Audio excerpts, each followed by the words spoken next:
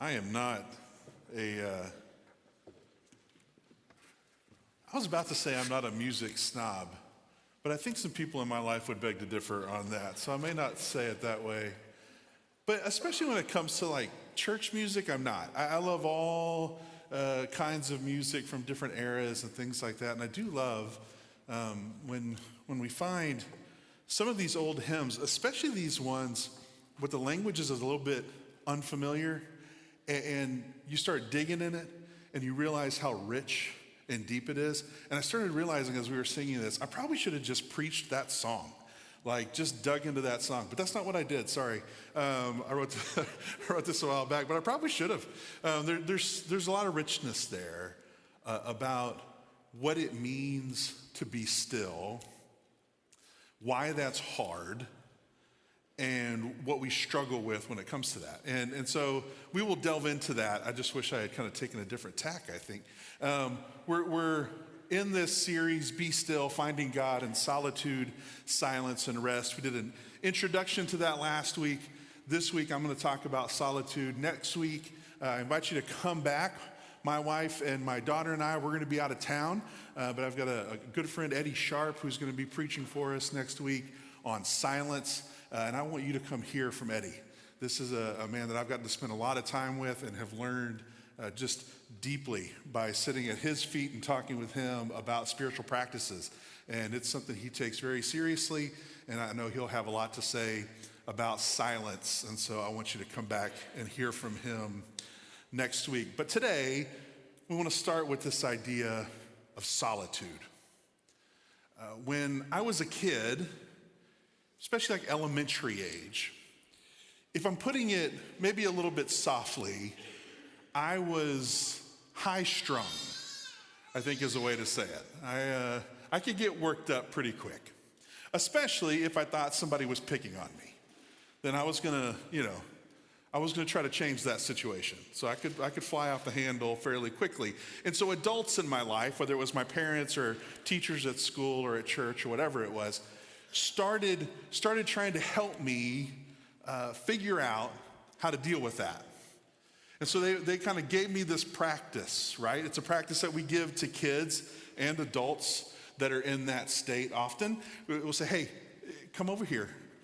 Come off by yourself. Breathe. Count to 10, whatever it is you give them, right? Come over here. Get it together. And then come back to be part of whatever's happening. It was an attempt to help me learn how to get myself under control. And it worked very early on.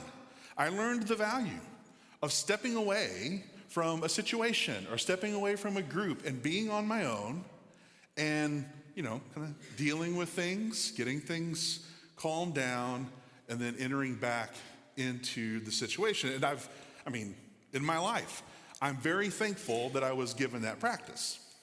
Now, as I got into my teen years at church in our youth group, we started talking about this aspect of the spiritual life that had what I always thought was kind of a funny name, but we called it quiet time. Anybody know what quiet time is? So quiet time became a big deal. It was the time that you set aside to be with God, either reading scripture or praying, just you and God, and to be in the presence of God. We started practicing this as teenagers. We were following the example of Jesus, right? This is all over the stories of Jesus. You kind of see this rhythm of him being involved in ministry and being with people and healing folks and teaching folks, and then he goes off to a solitary place, or he goes out on a mountain, or he goes out in the wilderness to be with God. So we were following that Jesus example. And I now know, as I've gotten older, that this is a vital spiritual practice. And we often call it the practice of solitude. It's important when it's become important for me to learn how to make space in my life to slow down and be present with God. But back then, when I was in high school, I think I imagined that quiet time was another effort for me to try to get myself under control. It was a way to get everything right. I would do it in the morning. School started at 7:25. I'd get up, 6:30, and I would try to do my quiet time in the morning, to fix whatever bad attitudes a high schooler might have at 6:15 in the morning. And then surely I'd be in control the rest of the day. And God would play some role in that. I wasn't sure what that role was exactly. And so I would try quiet time. I'd read scripture and I would try to pray. And a lot of times, maybe 2 or 3 minutes in, my mind is on anything but God, right? I'm all over the place. I'm thinking about the day. I'm thinking about all these other things that are going on. And on good days, when I could kind of focus in a little bit, I would focus in, get quiet, and the stuff would kind of start bubbling to the surface. Insecurities, questions, maybe shame or guilt. And this stuff started kind of bubbling up like, well, this isn't fun. I don't want to do this. And you start wondering, am I doing this right? Surely this is not what Jesus was doing when he was going out to be with God. Am I doing anything in this practice right? I now know, all these years later, that I am not the only one that has that frustration with quiet time with God. I've had way too many conversations with Christians of all ages who have felt that same thing. We struggle to know how to be in the presence of God in a meaningful way. So if that's your experience at all, I want you to know you're not alone. You're not alone. But I do want us to talk about this whole thing, this whole practice a little bit, to explore it, because I do think there are some things that can help us have a better idea and a better expectation of what that time with God is supposed to be, and to understand the beauty of that time with God. What eventually happened for me as I got older is I turned back to Jesus, to let Jesus kind of help me figure out what this quiet time was supposed to be, what this solitude was supposed to be like. And so what I want to do today is have you explore with me one story in particular where we see Jesus kind of off away on his own in solitude. The truth is, we don't know what happened in most of the times that Jesus was alone with God, because Jesus was alone with God, right? We don't have that. But there's a couple of stories that we have, and this is one that I want us to look at in Matthew chapter 4. So if you have your Bibles, open up to Matthew 4. Just before this, in Matthew chapter 3, Jesus is baptized. He's baptized by John the Baptist, and then the text says that he is taken out, he's led out into solitude in the wilderness. He's there to be tempted. And that's exactly what happens after 40 days of not eating. He's in a hungry state after these 40 days, and that's exactly when the devil chooses to come and tempt him. And so in verse 3, it says this: during that time, this is the fasting time, the devil came and said to him, "If you are the Son of God, tell these stones to become loaves of bread." But Jesus told him, No. The scriptures say people do not live by bread alone, but by every word that comes from the mouth of God. Jesus has been fasting for 40 days, and the devil comes and tempts him to use his power to turn a stone to bread. I am telling you right now, that would have worked on me. Maybe. The fact is, I probably would have done it already 39 days before, right? This is a strong temptation. This is a temptation not just for Jesus to feed himself. This is a temptation for Jesus to show that he's God, to use his powers. Now, it's going to happen 2 more times. The devil's going to come and tempt Jesus. The third time, he comes to Jesus and he says, okay, I'm going to promise you the kingdoms of the world. They're mine to give. I'm going to give them to you if you bow down to me. And Jesus says, get out of here, Satan, which I think is a no. For the scriptures say, you must worship the Lord your God and serve only him. So 3 times the devil comes and tempts Jesus. What I want you to see in this story is that the first thing that happens to Jesus in solitude is that he is tempted to take control. That's what the devil's tempting him with. He tries to get him focused on himself. He tries to get him focused on his desires. What is it that you're here for? What is it that you want? And then he offers him what he's there for, to be king. Okay, here it is. Here's the kingdoms. But to do that in a way that is not the way God had planned, that's the temptation that the devil offers Jesus. It's the temptation to be in control.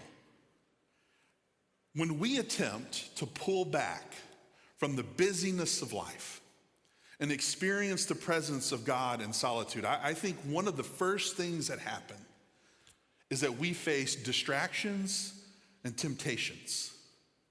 We try to quiet our spirits, and all kinds of things start to bubble to the surface. We start to focus on ourselves, and honestly, we don't always like what we see.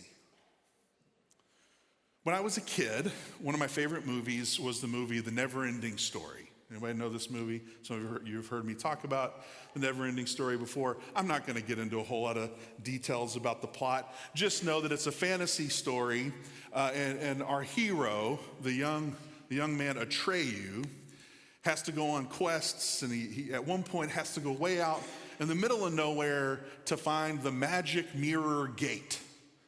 And he's got to go through the magic mirror gate. We're told about the gate. Do we have the picture of it? Yeah, so it's the magic mirror gate. We're told about the gate in a conversation between an old man and a luck dragon. Just go with it. It's a luck dragon. And the two of them are talking about this, and the old man says, next is the magic mirror gate. Atreyu has to face his true self. And the luck dragon says, yeah, so what? I know this kid. That won't be too hard for him. And the old man says, oh, that's what everyone thinks. But kind people find out that they are cruel. Brave men discover that they are really cowards.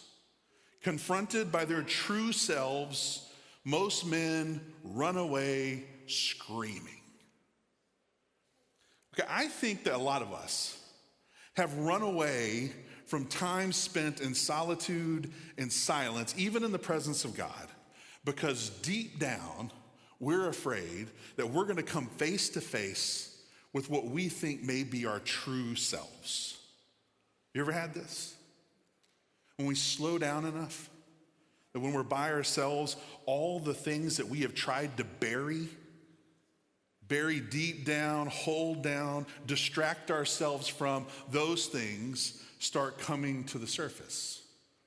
Our insecurities, our shame, our pain, our fears, our anxieties, our sin, our doubts, our loneliness.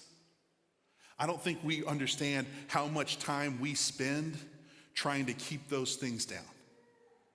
How much busyness we put ourselves into in order to stay away from that stuff. How much we distract ourselves with our phones and everything else to numb those things so that we don't feel them. But in solitude, those things start to come to the surface. But what if that's a feature of solitude and not a bug? What if one of the first blessings solitude gives us is the reminder that we're not in control? I think that's true. I think it reminds us that we are not in control. Let's go to that next slide there. I think that's a tough concept for us to kind of wrap our minds around, right? Because it goes against a narrative in our culture that says that rest and time away, what those things should do for you. right? So when we go on a vacation or we take a personal day from work, the expectation is that we'll come back rested and more competent and with our stuff together, right? We'll come back in more control, just like when I was a kid. The goal of that kind of solitude, that kind of rest, is to reinforce our cultural identity as producers. We go off on our own so that we can come back more productive. That is not the point of solitude with God in Scripture. That's not what happens to people. They don't go off so that they can come back more productive. Matthew tells us that Jesus goes out in the wilderness in order to be tempted. That's the reason he goes out there. It's part of the process for him to be tempted. He's tempted to take control. And the way he resists that is because he knows that he's not in control. And what if the same is true for us? What if those things that we've buried need to surface so that we can recognize our need for someone outside of us to save us and to transform us? What if it's important to admit that we're not in control? What if that's an opportunity rather than a burden? I do want to do a quick aside here and say that this is a complicated deal. That whole idea of being quiet long enough for things to surface. And it can often surface things that are very, very difficult. And you'll hear me say in a minute, solitude is not a way that fixes all that. There are other ways to unearth those things with a community of faith or with therapy and other places as well.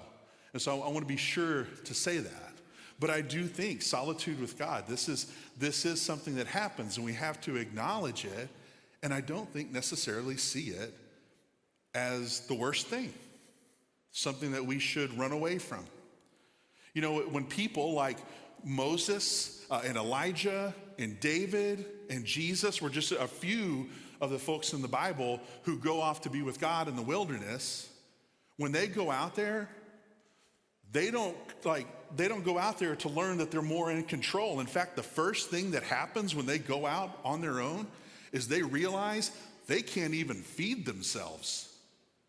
The most basic of things they can't do on their own. They have to lean on the provision of God. They have to look for that food, and they find it. God provides for them in that moment. After Jesus has his showdown with the devil and with the temptations, Matthew says this, "Then the devil went away and the angels came and took care of Jesus." God sends his angels to provide what Jesus needs. The song we sang before, I noticed one of the lyrics, leave it to God to order and provide. That's what being still does. But we're seeking God's provision rather than saying we can do it on our own. Solitude does not just remind us that we're not in control. It connects us with the God who is in control. And that's the beautiful promise of solitude, I think.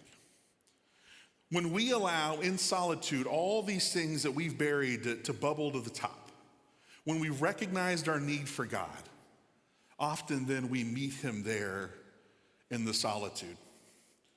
We can allow him to be the one to shape our identity, to deal with those things that we're running away from. I love how Randy Harris says it in his book, Soul Work. He says, but it all starts with this poverty of spirit and being willing to realize that we're not all that competent. We're not all that together. We're not all that perfect. But being willing to experience the God who loves us anyway will transform us. Years ago, I had a chance when I was working at another church to lead a week-long retreat for the senior members of that church. I found myself with a ton of time in a beautiful camp in Central Texas. And so I decided to use that time to find some solitude with God, to be alone with God. And I remember one day in particular, I was sitting in a camping chair next to a stream. I don't know why. But as I prayed and I was just trying to be with God, some stuff I was burying just started coming to the surface. Some anxieties that I had, some fears, and man, I didn't know where that was coming from and why it was happening. My usual instinct would be to fight that. And for whatever reason, we'll call it the Spirit, I decided, okay, I'm going to let that stuff come. And I'm just going to give it to God. I did it, and it went on a lot longer than I wanted it to. Went on for a while. But as I kept doing that, as I kept lifting that stuff to God, at some point, I started to feel something different. I started to feel a love and an acceptance that I can only now, looking back on it, say was the comfort of the Spirit. To let me know that the God who created me still loved me, even with all my anxieties and the stuff that I was carrying. And so I gave those to him and was able to feel the sense of his presence in that place with me. I use that as one example of times that's happened in my life. I think my struggles with quiet time and with solitude have often been rooted in an unrealistic or bad expectation on my part. I thought that was supposed to make me better. I thought quiet time with God was supposed to fix me and give me more control. I was focused on me and what I wanted. But what I've learned over time is that there's a better goal to have. Experiences like I just described with God, those don't magically fix me. They don't take away all my anxiety or my insecurity, but they have led me to a deeper trust in the God who is transforming me. And I think that's really what solitude's about. Solitude with God leads us to a transformative trust, not tighter control.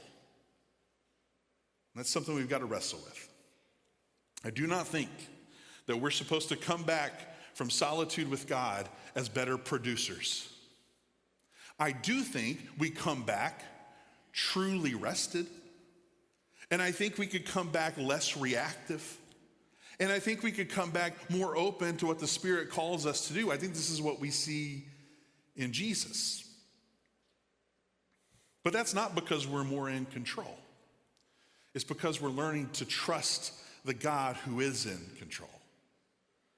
In solitude, we disconnect from the many demands on our lives, and we connect with the one who has given us life. We allow God to teach us what the most important things are. We rest in the shadow of the one who has given us everything and who loves us deeply. In her book, Sacred Rhythms, Ruth Haley Barton says it this way. She says, solitude is an opportunity to interrupt this cycle, the cycle of busyness and burying things, by turning off the noise and stimulation of our lives so that we can hear our loneliness, so that we can recognize our loneliness and our need, so that we can hear our loneliness and our longing calling us deeper into the only relationship that can satisfy our longing. If that is really what solitude can do, then I understand why Jesus created a rhythm of that in his life. And I want that rhythm as well. I want us to have that rhythm as well. Not as a way of fixing ourselves or gaining control, but a way of coming to God, to coming to know God even more. Church, would you stand with me? Now, I realize that there is a whole lot more to say in practical terms about solitude, right? We can talk about turning off technology and what role technology plays in all of this. We can talk about like daily practices of solitude versus going off on longer retreats. Spoiler alert, I think both are important, right? We need both of those things. We could talk about exactly what you do in solitude, though we'll talk about that some over the next 2 weeks. But really my hope today is to just kind of rediscover a passion and a desire to even want to do this. I think many of us in our frustrations with it in the past have kind of just stepped away from wanting to experience the presence of God, especially by ourselves. And I want to repeat that promise. But there's a promise here of experiencing the presence of God. We have an incredible opportunity, and we see it as that. I do want to leave you with a challenge this week, so I've given some cards to some people that are here. If y'all could pass those out. This is just a card with a passage on it. Psalm 91, the first 2 verses of the psalm, which have become part of my prayer life over the last few years. The words say this: those who live in the shelter of the Most High will find rest in the shadow of the Almighty. This I declare about the Lord. He alone is my refuge, my place of safety. He is my God, and I trust in him. This week I encourage you to find some time alone, to sit quietly in the presence of God. You can do this a lot of ways. You can imagine that you're in the throne room of God. You can imagine that you're in the Garden of Eden with God. Just imagine being in the presence of God. And if you need to, use this psalm as kind of a centering prayer to bring your heart and your mind back to pick a phrase from it that really sticks with you and kind of say that a few times to see if it doesn't center your heart more on God. And if the distractions come, and they will, and if the temptations come, and they will, and if those feelings that we have buried deep down come, and they will, let those things go to God. Let them come. And just give them to him and see what happens. Just practice this. And like I said earlier, that this may unearth some things that you want to talk to other people about. Please lean on your community of faith to do that, or other people in your life that you trust. I think that's important for us to talk those things through with other people.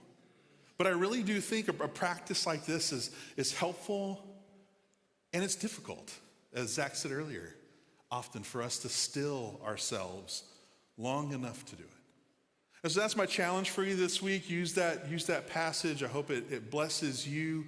And then come back next week and let's talk about silence, another stage of that whole process. So if you're here and you want to pray with somebody, or you want to talk to somebody about something, some of our leaders are at the Respond banner back here.